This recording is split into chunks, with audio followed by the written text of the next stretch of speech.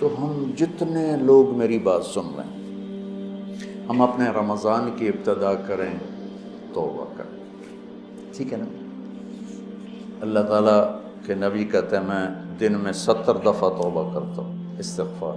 اب تو معصوم، پاک پاکیزہ امت کو سکھانے کے لیے۔ دوسری بات، دنیا کا ہر انسان کسی وقت بھی توبہ کر سکتا ہے کہ نہیں؟ کر سکتا ہے نا؟ کوئی پابندی تو نہیں۔ دو واقعے سنا،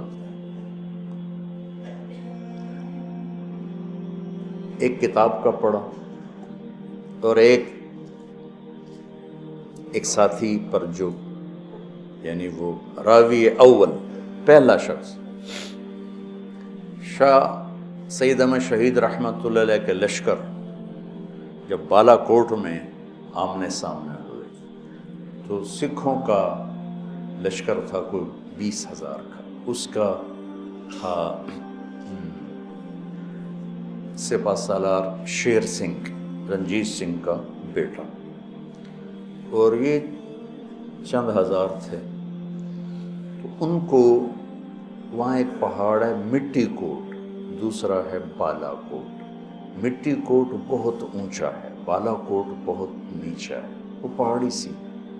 تو وہاں مسل ہے جس کا مٹی کوٹ اس کا بالا کوٹ۔ تو شیر سنگھ مانسیرا کے راستے سے چلا ہے، آگے جنگل ہی جنگل، اور گڑھی حبیب اللہ تک پہنچا، آگے اس کو راستے کا نہیں پتہ۔ تو راستہ بتانے والے پھر مسلمان ہی تھے، پیسوں سے خرید لیا، گجر تھے گجر۔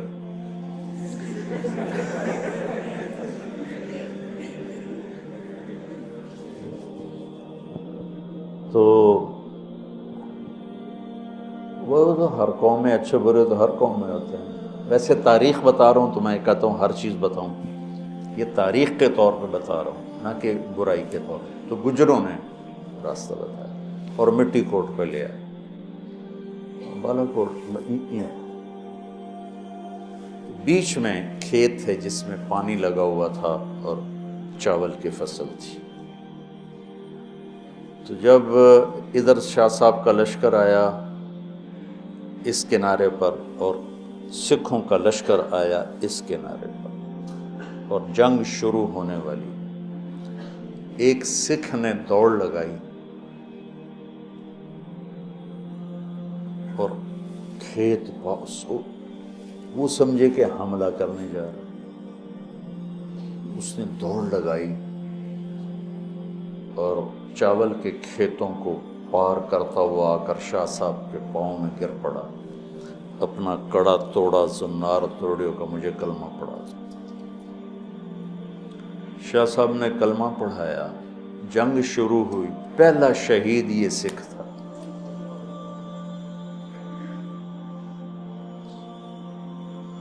اس کی حالت کفر میں اللہ کو کیا بات پسند آئی کہ چند منٹ پہلے تک وہ کفر کافر شدید، اور 1 گھنٹے کے بعد وہ شہید، ٹھیک ہو گئی۔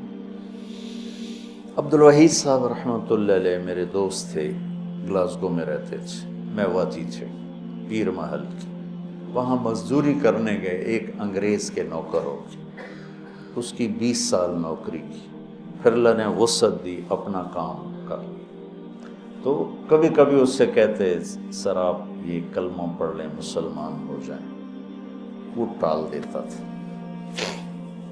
انہوں نے آ کے اپنی جو تجارت چلائی اس میں مگن ہو گئے، رابطے گم ہو گئے۔ کئی سال کے بعد، کوئی 10-15 سال کے بعد انہیں فون آیا کہ میں تیرا پرانا باس بول رہا ہوں، میں فلاں ہاسپٹل میں ہوں، مجھے آ کے ملو۔ وہاں کوئی بیٹا بیٹی تو ہوتا نہیں ان کی تیمارداری کے لیے، تو ہمیں اللہ نے ایسا ماحول دیا ہے۔ یہ پہنچے تو وہ تکلیف میں تھا، کہنے لگا مسٹر عبدالوحید جو بات تم مجھے کہا کرتے تھے مجھے آج پڑھا دے، سکھا دے۔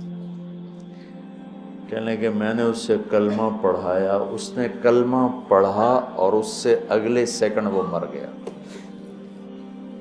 رمضان میں جو مر جائے اس کی بخشش ہو جاتی، اس کا حساب نہیں ہوتا، حساب نہیں ہوتا نا۔ تو کسی نے مجھ سے پوچھا بعد میں ہوتا ہے؟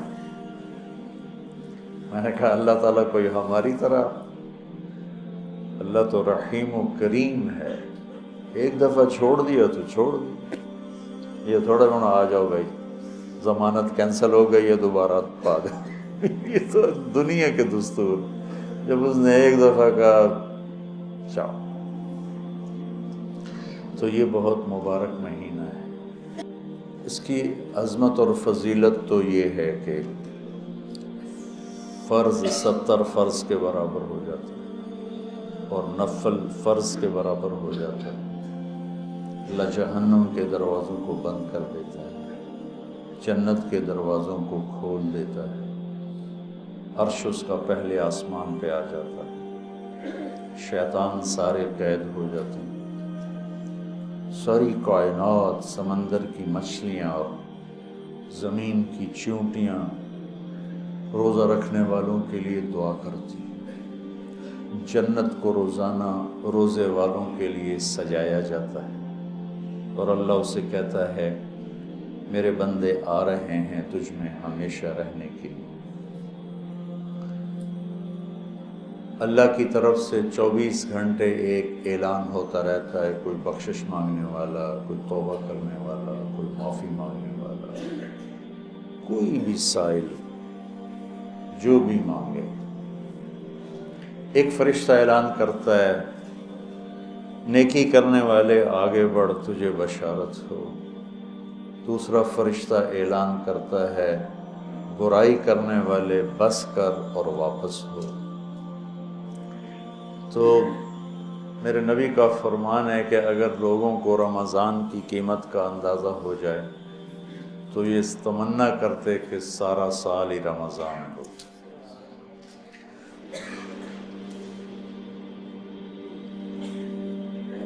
ٹھیک ہو؟ یہ تو آپ کو نے دو غیر مسلموں کی بات سنی۔ من کان آخر کلامہ لا الہ الا اللہ دخل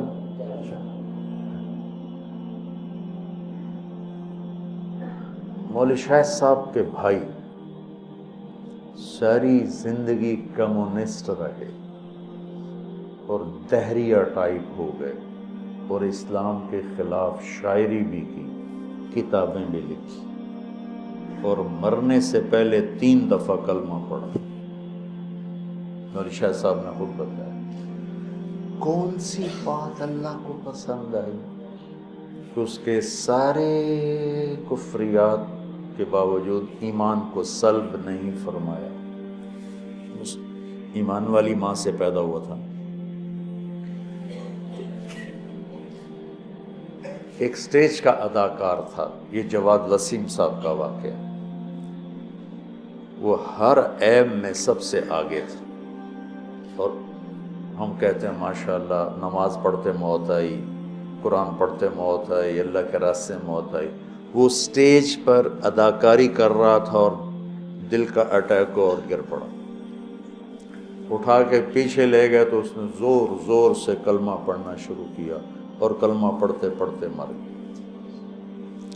موت کہاں آئی؟ سٹیج پر، جو انتہائی غفلت کی، نافرمانی کی جگہ ہے، اور ہر عیب، ہر کبیرہ گناہ۔ اور جب میں کوئی چھٹی نہیں دے رہا ہوں، میں ایک بات کرنا چاہتا ہوں جس پر کہ میری طرف سے کوئی اجازت نہیں کہ جو مرضی کرو ہوتے اللہ اخیر تک کلمہ وہی پڑھتا ہے جس کو اللہ پڑھواتا ہے۔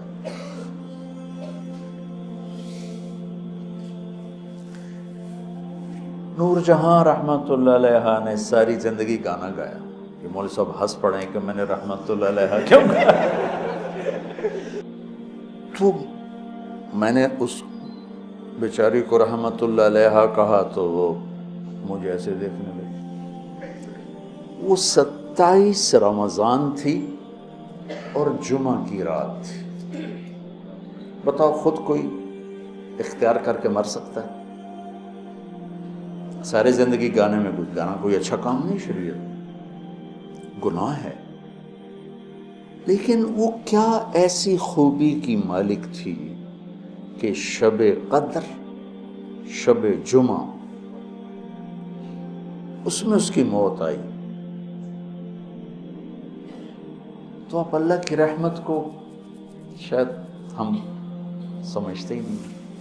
اس ساری میری بات کا خلاصہ یہ ہے کہ جب ہر انسان کافر ہو، مسلم نافرمان ہو، عمل کے لحاظ سے، عقیدہ کے لحاظ سے، ہر لمحہ اس کی توبہ کی توقع ہے کہ نہیں ہے، شاید توبہ کرنی چاہیے۔ تو جب ہم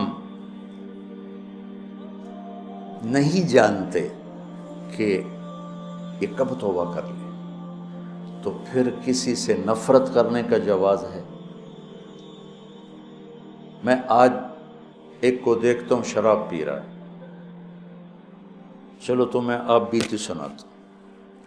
جنید جمشید رحمۃ اللہ علیہ کو میں نے دیکھا ٹی وی پر ڈانس کر رہا تھا، اور 10-12 لڑکیاں اس کے ساتھ ڈانس کر رہی تھیں، تو میرے جی میں آیا اس کو تو ہدایت مل ہی نہیں سکتی۔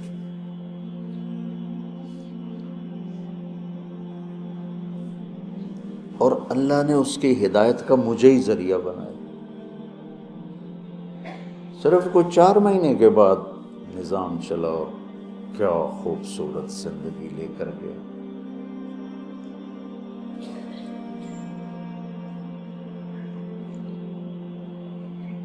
تو جب ہر انسان کے بارے میں ہر وقت یہ توقع ہے کہ یہ توبہ کر سکتا ہے، تو پھر کسی بھی انسان کو مسلم، کافر، حقیر سمجھنے کا کوئی جواز ہے؟ آج وہ یہ کر رہا ہے، وہ رات کو توبہ کر لے، وہ کل توبہ کر لے، وہ موت کے آخری لمحے میں توبہ کر لے، تو میری حقارت تو مجھے گرا دے گی، اور وہ جنت کے مزے کر رہا ہو۔